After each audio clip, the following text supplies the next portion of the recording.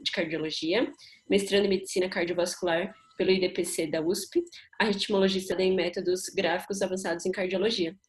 E é isso, doutor, boa aula. Obrigada mais uma vez. Obrigado, boa noite. Eu que agradeço pelo convite de participar do curso de vocês.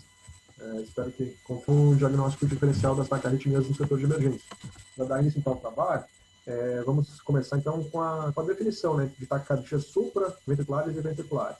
As taquicardias supraventriculares são aquelas que são originadas acima do feixe de Hill, ou seja, são associadas ao nó sinusal, a tecidos perisinusais, aos átrios, ao nó AV, enquanto as ventriculares são aquelas originadas na região infrarriciana, nos ventriculares da taquicardia sinusal, no plano da fibrilação atrial, as taquicardias paroxísticas supraventriculares e aquelas com intervalo RP linha longo. A gente vai falar um pouco durante a apresentação. Aqui é um desenho esquemático, mais ou menos, de onde passam os diversos circuitos de taquicardias supraventriculares que a gente vai apresentar aqui durante a aula um por um. Então, pessoal, primeiro o cardiograma de uma taquicardia, que a definição é um ritmo que tem uma frequência cardíaca acima de 100 batimentos por minuto, se ela é uma taquicardia de QRS estreito ou largo. Tendo uma taquicardia de QRS estreito, a gente tem que avaliar, então, se a gente consegue ou não, nesse caso aqui, então a gente tem uma taquicardia de QRS estreito, ritmo regular e com presença de onda P visível. Quando a gente olha a morfologia dessas ondas P, elas são positivas em D1, D2 e AVF, negativas em AVR, e todos os complexos de morfologia habitual. Aqui ampliando, a gente vê então uma taquicardia regular, QRS estreito, uma frequência de 107, com uma onda P de característica habitual precedendo o cara QRS. Então, esse aqui seria um exemplo de taquicardia sinusal. Agora, neste é uma taquicardia de QRS estreito e ritmo regular. Porém, se a gente ver de maneira assim, sem muita atenção, a gente vai ficar com alguma dificuldade de avaliar se tem ou não alguma atividade atrial. Por exemplo, aqui em V1 e V2, a gente vê que tem uma corcova entalhando a onda T. E, na verdade, se a gente ampliar, aqui em D1 também temos, né? Na verdade, é uma taquicardia e tem uma onda P mergulhada na onda P. Então, na verdade, isso aqui é uma taquicardia sinusal, o quê? Numa criança, batendo basicamente a próximo de 200 batimentos por minuto. Então, toda vez que a gente avalia indivíduos muito jovens, a frequência máxima que a gente estima que uma pessoa recém-nascida, facilmente ele pode atingir 200, 210 batimentos por minuto, e quanto mais rápido fica a frequência, mais difícil fica de ver a onda P. Então, a gente sempre tem que avaliar deformidades da onda T de tatu. Sempre que há um macete prático para ver o que deforma a onda T de tatu é uma atividade atrial, ou seja, uma onda P. Então, fica de olho em frequências muito altas que, dependendo da idade do paciente, pode ser um ritmo sinusal. O taquicardia sinusal é definido, então, por uma frequência acima de 5, se tiver um bloqueio de ramo de base, ele pode ser alargado, RR regular, e com uma atividade atrial, uma onda P positiva em D1, D2 e AVF, negativa em AVR, precedendo todos os QRS. Qual que é a fisiopatologia da taquicardia sinusal? É um álcool que pode ser por uma febre, por um hipertireoidismo, por um exercício físico, pode ser inapropriado, ou seja, o indivíduo está em repouso, realizando atividades de pequena intensidade, mesmo assim, ele tem uma taquicardia sinusal importante. Nesses casos, terapia medicamentosa, com beta-bloqueadores, por exemplo. Muitas vezes o indivíduo tem crises de paroxismos, de palpitações muito intensas, e você vê no eletro, parece ser muito sinusal, mas muito sintomático, não melhora com taquicardia de regiões próximas ao nó sinusal, do tecido sinoatrial, que podem necessitar ablação, que são chamadas taquicardias perisinusais, ou seja, próximas ao nó sinusal. E a síndrome post-diz, uma taquicardia inapropriada quando o indivíduo muda de posição, adquirindo a posição ortostática. Ela é diagnosticada quando a gente faz o tilt test, ou seja, o teste de inclinação na mesa. Esse indivíduo tem uma frequência cardíaca que passa de 100 batimentos no tilt, que não é esperado. Afinal, a gente espera um discreto aumento da frequência cardíaca quando a gente fica na posição de pé, mas logo depois se estabiliza. Em alguns indivíduos ela pode se sustentar. Para o próximo exemplo de taquicardia, vamos lá, temos novamente uma taquicardia de QRS estreito, um ritmo regular. Porém, se a gente avaliar, a gente não tem uma onda P bonitinha, crescendo no traçado de base, que, quando a gente olha para as derivações da parede inferior, que são D2, D3 e AVF, a gente percebe que elas têm uma ponta negativa, né, que muitas vezes pode lembrar uma atividade atrial, duas atividades atriais. Se a gente for medir a distância entre elas, dá mais ou menos 5 quadradinhos. Ou seja, entre uma atividade atrial e outra, a gente tem uma frequência, sendo que para cada duas atividades atriais, a gente tem um complexo QRS. Ou seja, o complexo QRS está batendo a 150, ou seja, a frequência ventricular de 150. Toda vez com um aspecto de serrilhado de serrote negativo na parede inferior, ou seja, D2, D3 e AVF, com uma atividade atrial batendo a 300, 250 a 350, mas única, regular, na grande maioria das vezes 150, mas pode ser 100, 75, ou seja, uma coisa muito matemática, sempre temos que pensar, então, em flutter atrial. Aqui temos um flutter atrial comum, com uma condução 2:1, ou complexo QRS. Aqui temos um novo exemplo de flutter, mas aqui a gente pode perceber, temos múltiplas atividades atriais de quantidades variáveis entre cada QRS. A frequência dos átomos entre cada onda F, mas percebam que a frequência entre os complexos QRS ela é variável. Isso quer dizer que o nó atrioventricular está filtrando a quantidade de estímulos que está passando. Uma hora passa 1 a cada 3 ondas F, 1 a cada 4, AV variável. Aqui temos, então, um exemplo de 3:1, de 4:1. Então, toda vez que a gente tiver algo muito matemático, com atividade atrial em torno de 300, serrilhado de serrote, pensar em flutter atrial. Todo atrialmente estreito, pode ser regular quando ele for fixo, 2:1, ou 3:1, ou 4:1, ou irregular quando ele for variando entre a quantidade de atividades atriais e a quantidade de QRS. Geralmente, então, as sondas F, mas a fisiopatologia do flutter é uma reentrada, uma macro reentrada dentro do átrio direito, que tem por parte do circuito o istmo cavo tricuspídeo, ou geralmente onde está a desembocadura da cuspídeo.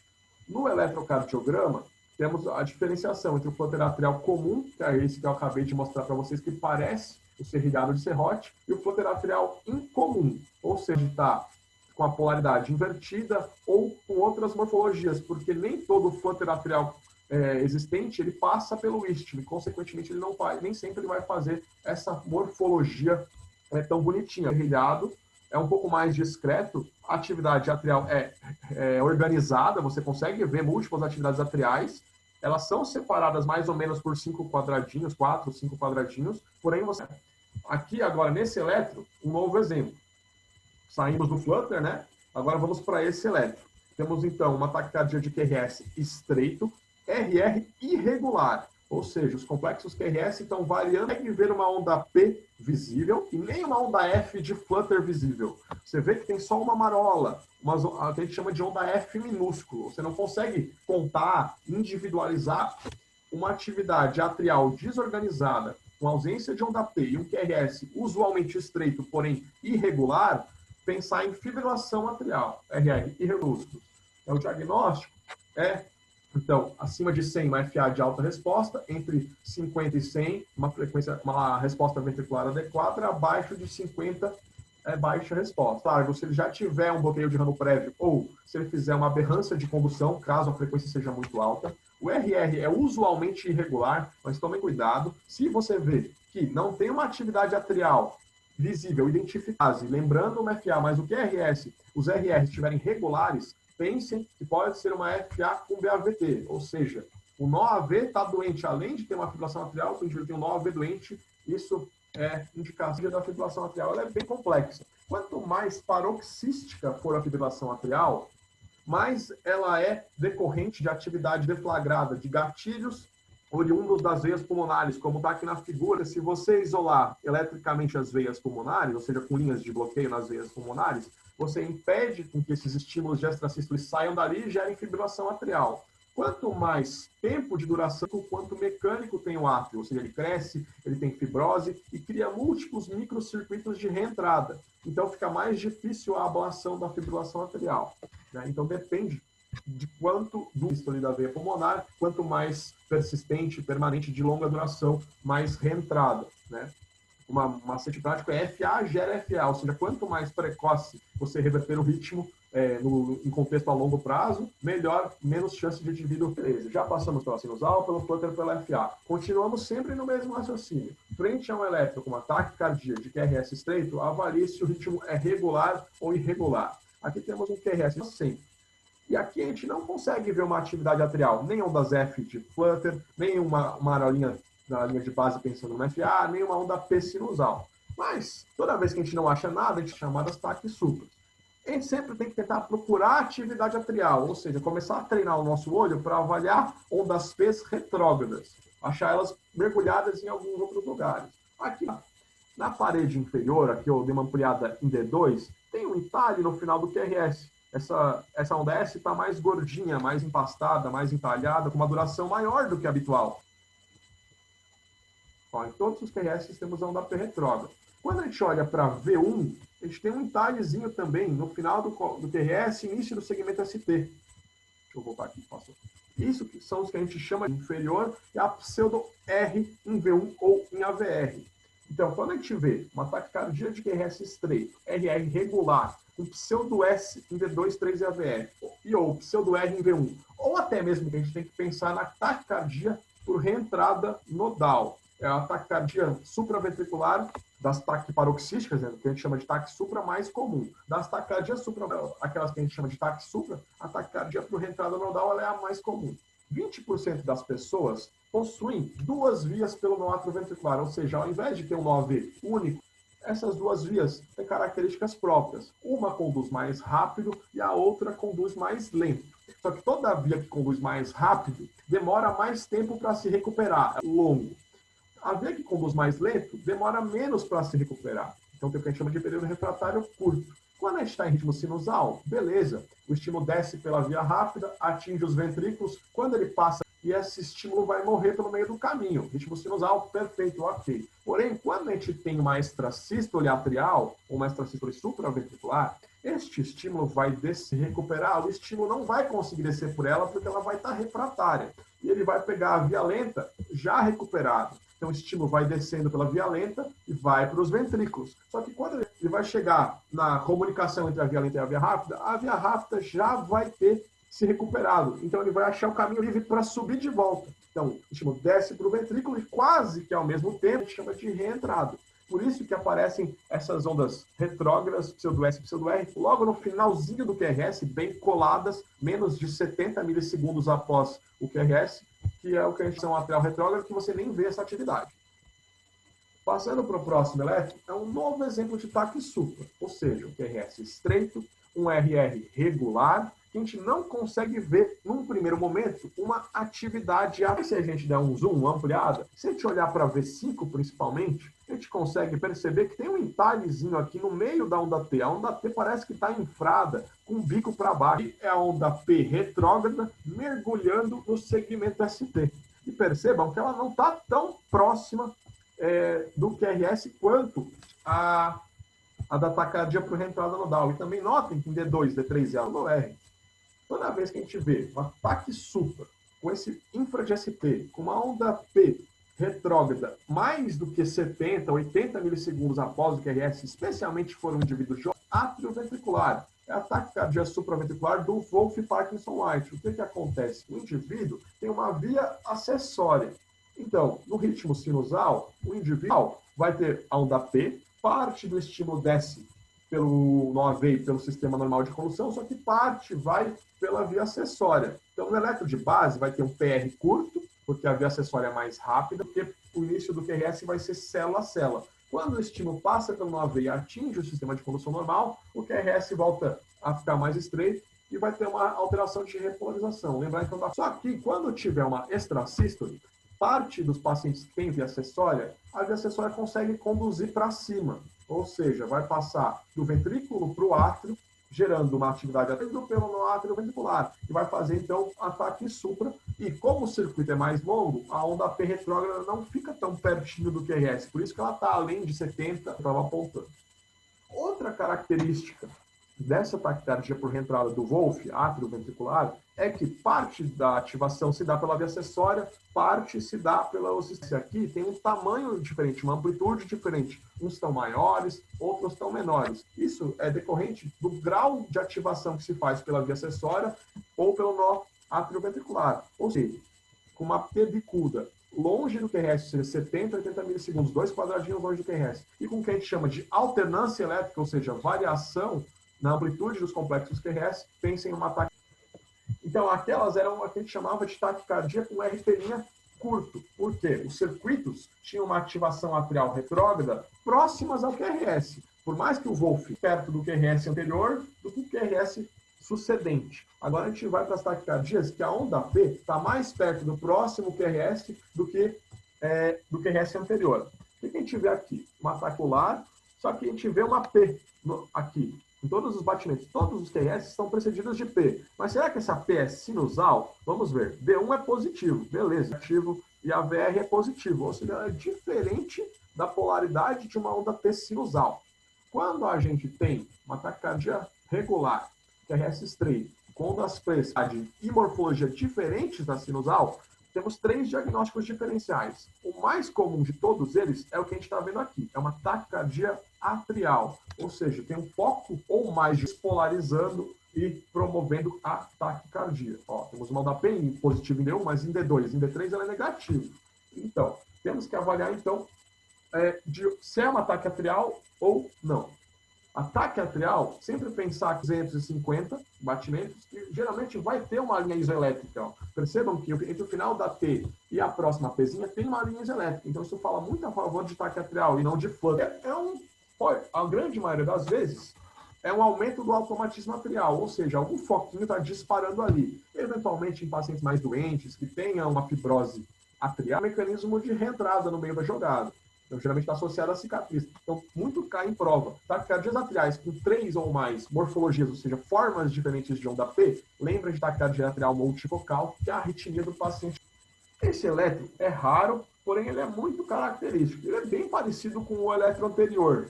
É uma taquicardia de QRS estreito, RR regular, com onda P visível e na paluda.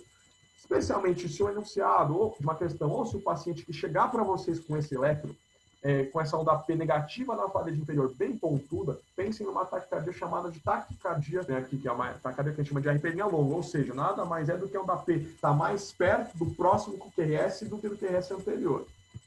A taquicardia de Colmel, ela é rara, porém ela acontece em via do Wolff. A via do Wolff, ela é que nem o potencial de ação do músculo cardíaco, ela é tudo ou nada. Ou ela é capaz de conduzir, ou ela não é capaz de conduzir. Só que a via acessória do Colmel tem a propriedade que a gente chama de condução decremental, que nada mais é do que um nome bonito para você falar que ela é capaz de filtrar e modular qual estímulo vai passar e qual estímulo não vai passar. O que é um circuito muito organizado, que ela é capaz de se manter e se reinstalar de maneira incessante. Ou seja, se vier uma criança com disfunção ventricular, fração de ejeção sem Colmel, porque é muito necessário fazer a ablação, já que como o circuito é muito organizado, é difícil de tratar com remédio.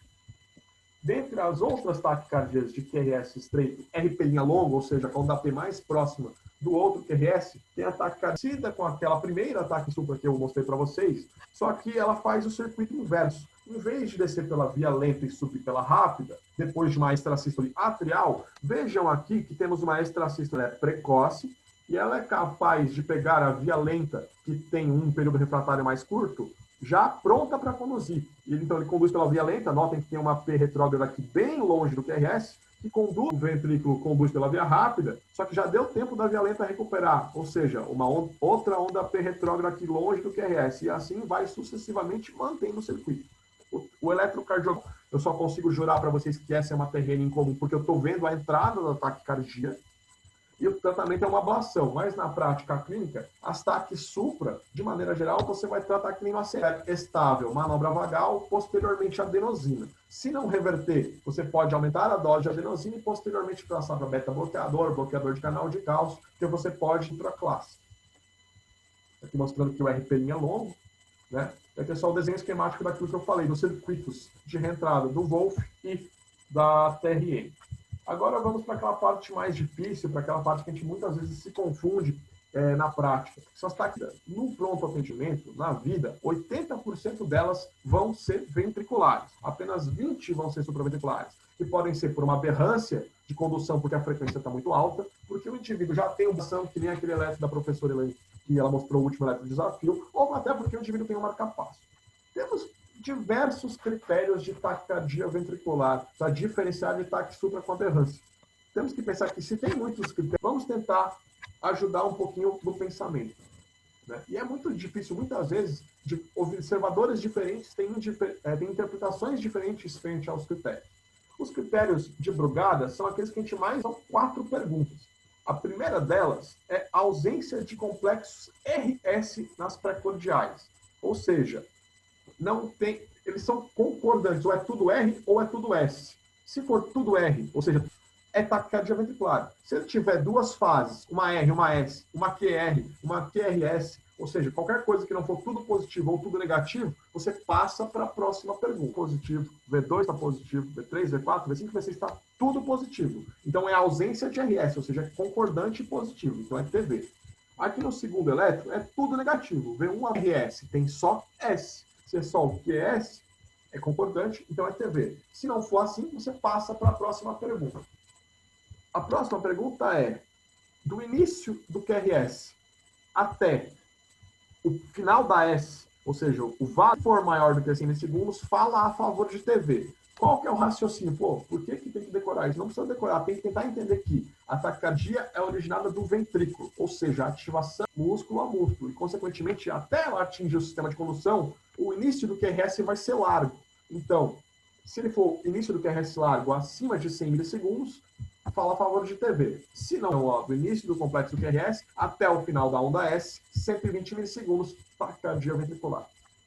Qual é a terceira pergunta? Dissociação atrioventricular. O que é dissociação atrioventricular? É átrio em frequências independentes e, para ser TV, a frequência do ventrículo é maior do que a do átrio. Ou seja, a gente tem que procurar sinais de que a ativação dos átrios está isolada das ativações ventriculares. Traçado de baixo, diversas ondas P perdidas no meio do traçado. Uma hora no final do QRS, uma hora antes da T, uma hora depois da T. Isso sugere que a atividade do átrio não sugere TV. Aqui, além das ondas P que estão voando pelo elétron de maneira independente dos ventrículos, temos duas coisas que falam muito, que são quase patognomônicas de TV. Que são esses dois batimentos que parecem se deformar a onda T, é P. Notem que nesses primeiros batimentos que a onda T ela é pequenininha, né, de morfologia arredondadinha. E notem que antes desse primeiro batimento mais estreito, a onda T é bem mais alta, mas a P aqui dentro. E essa P conseguiu capturar o sistema de condução e fazer um QRS estreito, que é o que a gente chama de batimento de captura. Toda vez que você tiver um ritmo QRS largo, e aqui temos um outro batimento que está com QRS estreito, porém ele não está tão estreito quanto esse primeiro aqui e nem tão largo quanto o da TV. E notem que a onda T precedente também está mais... Então, se ele não está tão estreito quanto o normal, nem tão largo quanto o da TV, quer dizer que parte do ventrículo foi acionada pela taquicardia e parte pelo sistema de condução normal, que é o que a gente chama de batifusão, sugerem muito fortemente taquicardia ventricular. É umas ondas P aqui dissociadas e os dois batimentos de captura e difusão. O quarto critério é o critério morfológico. Pô, ele é super complexo, preciso decorar? Não. Como que é a morfologia dos bloqueios de ramo direito e esquerdo normais? Porque tudo que fugir disso sugere aberrância. Como é que é o bloqueio tudo que fugir disso sugere TV. Como que é o bloqueio normal? É R, S, R', como se fosse aquela orelhinha de coelho, como a gente está vendo aqui na direita. Ou seja, se tiver QR, se tiver R puro, se tiver muito S, coelho, sugere taquicardia ventricular. Se for bonitinho, que nem o bloqueio de ramo característico, sugere taque supra com aberrância. Para o ramo esquerdo, como é que é o ramo esquerdo normal? Em V1 é um R pequeno e muito alto, R puro, com uma morfologia entalhada, lembrando uma torre. Então, tudo que fugir disso, por exemplo, no V1, tiver entalhes, tiver um R muito amplo, ou em V6, não tiver a torre, tiver um QR, ou só fugiu do bloqueio de ramo clássico, é TV. Se for parecido com o bloqueio de ramo clássico, é taque supra. Mas tem alguns critérios mais simples que o de Brugada, como, por exemplo, o de Verekey, que ele só usa uma derivação, que é o mais fácil, que é o mais simples de diagnosticar, que é olhar para a AVR. Todo o algoritmo é baseado em AVR, mas vamos focar na primeira pergunta. Se o AVR tiver uma R pura ou uma R predominante, larga, com início devagar, pense em TV. É o algoritmo que tem um acerto mais fácil, porque você olha para a AVR, vê que ele é positivo ou predominantemente positivo, você fecha o diagnóstico. Tem outras 3 perguntas, então vocês se preocuparem. Olha para a AVR, viu que é positivo, TV. Tem outro critério que também é mais simples, que é o critério de Pava, que também só usa uma única derivação, que é D2. O moral daquele segundo critério de Brugada, que do início do QRS é uma medida S maior do que 100. Qual que é o princípio? Que o início da ativação é célula a célula, ou seja, o início é lento. Como que é o Pava? Você vai olhar para D2, se do início do QRS, ou do início da R, do início do QRS até o vale da S, maior do que 50, ou seja, largo o começo, é TV. Também é outro critério simples de aplicar, ou seja, um início de D2 aqui no próprio Instituto do Coração, numa tese de doutorado, do Dr. Francisco dos Santos, também é bem simples de memorizar. A gente tem um mnemônico, que é um mnemônico D12V16. Por que D12V16? Porque ele usa D1 para simplesmente a polaridade. Se as 4 derivações forem negativas, D1, D2, V1 e V6, forem negativas, taquicardia ventricular. Se 3 delas forem negativas, aí a gente vai ter que aplicar uma condição. Se só 2 forem negativas, uma das derivações da ponta, ou seja, ou D1 ou V6, vão ter que ser uma das negativas. Ou seja, 4 negativas forem negativas, ou D1 ou V6 tem que estarem negativas. Nesse eletro, a gente vê que D2 está negativo, que D1 está negativo, que V6 está negativo. Ou seja, 3 das 4 estão negativas. TV. Vou te dar de QRS lá, que são um pouco mais raros na prática clínica, porém são mais comuns em prova do que se imagina. Vamos aplicar os algoritmos diagnósticos. Pegar os mais fáceis, vamos pegar praticamente só R quase puro, TV. Vamos olhar Francisco dos Santos, D12 e V16. D1 está negativo, D2 está negativo, V6 está negativo, 3 das 4 estão negativas, é TV. Você não lembra muito dos critérios divulgados. Olha aqui para D2 longo, vê se não tem umas ondas P perdidas aqui, ó. No traçado, várias P's perdidas no meio do traçado, assim, tem dissociação atrioventricular, PV. Como é que é R'? Aqui está R puro, tem muito S em V6, ou seja, ele fugiu do bloqueio de ramo direito clássico, então é TV. Só que essa é uma TV especial. Se vocês notarem, ela não é tão larga e tão bizarra quanto aquelas que eu mostrei anteriormente. V1, ou seja, lembra um bloqueio de ramo direito, e ela é negativa na parede inferior, ou seja, D2, D3 e AVF são negativos. Como já falaram na outra aula do congresso, isso, D2, D3 e AVF negativo, divisional antero-superior. Toda vez que você vê uma taquicardia com morfologia de BRD em V1 com bloqueio divisional antero-superior, você tem que pensar em taquicardia ventricular fascicular do ventrículo esquerdo. E, consequentemente, ela tem um tratamento diferente. Ela responde muito bem ao verapamil, é o que eu chamo de taquicardia verapamil sensível. Olhou a taquicardia com BRD e BDAS, o indivíduo não tem um coração doente, é uma taquicardia de coração normal, e sai com verapamil sensível. Outra taquicardia que parece ser muito feia, mas também está associada a coração normal. Ela é diferente, ou seja, ela é negativa em V1, ou seja, a morfologia de bloqueio de ramo esquerdo, e ela é positiva na parede inferior, ou seja, ela está vindo, se ela tem morfologia de bloqueio de ramo esquerdo, quer dizer que ela está vindo do ventrículo direito. Se ela está vindo em direção à parede inferior, ou seja, ela está vindo de cima para baixo, quer dizer, o que tem em cima do VD? É onde você sai do VD para a artéria pulmonar, o que a gente chama de via de saída do ventrículo. Toda vez que a gente tiver uma de taquicardia de via de saída do ventrículo direito, também uma taquicardia benigna, né, que tem tratamento ablativo e é de coração normal. Olha como é diferente dessa taquicardia, que essa taquicardia largo, né, negativo em D1, D2 e V6, positivo em AVR, fechando os critérios para TV. Essa é uma taquicardia do paciente chagásico. Então, toda vez que você tiver uma taquicardia mais larga, com QRS mais bizarros, pense em taquicardia de chagásico, ok? Essa taquicardia já é uma taquicardia mais rara, que eu acho que não vale a pena passar nesse momento para vocês. E essa também, as taquicardias de Marais são mais raras, também eu acho que nesse momento também não vai acrescentar muito. De maneira geral, é isso que eu tinha passado atribuído no curso de vocês. Obrigado pelo convite. Estou aberto agora às dúvidas de vocês, perguntas, qualquer coisa, estou por aqui. Obrigada, doutor Guilherme, pela aula, mais uma vez, né? E alguém tem alguma dúvida, gente? Oi, gente, tudo bom? Desculpa a demora. Tá um caos hoje pra mim. Se alguém alguém ficava tímido em mandar perguntas aqui, pode mandar pra mim também. Não fica tímido não, pessoal. Estou disponível para perguntas, Tá tudo qualquer bem, coisa. gente. Tranquilo.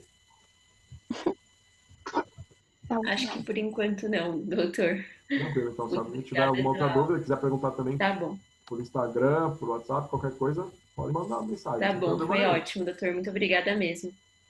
Eu que agradeço o convite, muito bom curtir vocês, agradeço pelo Obrigada, doutor, foi um prazer. Igualmente. Agora a gente vai ter os sorteios, né? Que é a Raira.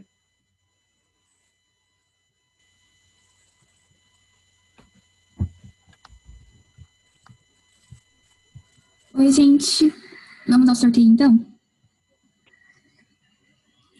Doutor, por gentileza, termina o compartilhamento de tela, por favor? Imagina. Vai. Obrigada.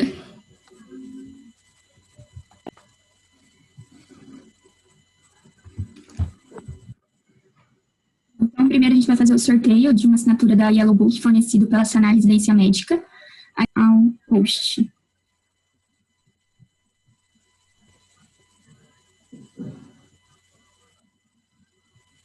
Vamos sortear, então.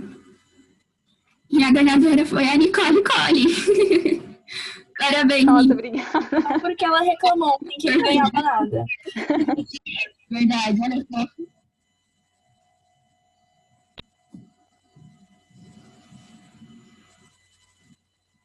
Tá, agora a gente vai para o próximo sorteio, que é de um voucher da Magic Class. Uhum. Aqui tá todos os inscritos no curso.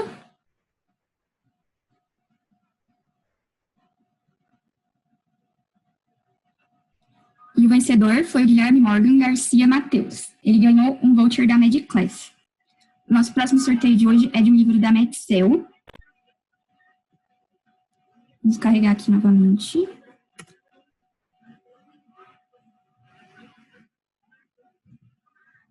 E o ganhador do livro da Metzel foi o Victor Hugo Ferreira.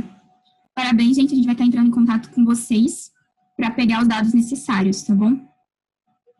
Queria agradecer a presença de todo mundo e pedir que liguem as câmeras para a gente tirar a foto final. Oi, gente, só uma coisinha. Caso alguém ainda tenha alguma dúvida, de verdade, que já me mandaram dúvidas aqui no privado, fiquem à vontade, tá bom? Eu vou mandar pro doutor e aí depois eu mando para vocês, tá bom? As respostas. E daqui a pouquinho eu vou mandar o Forms também no grupo, tá bom? É isso, gente. Muito obrigada.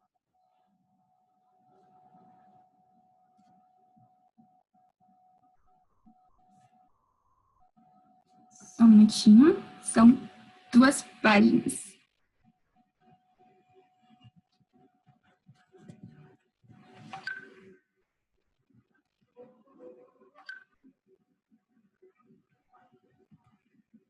Prontinho, gente. Obrigada pela presença de vocês. Espero que tenham gostado. Bom descanso.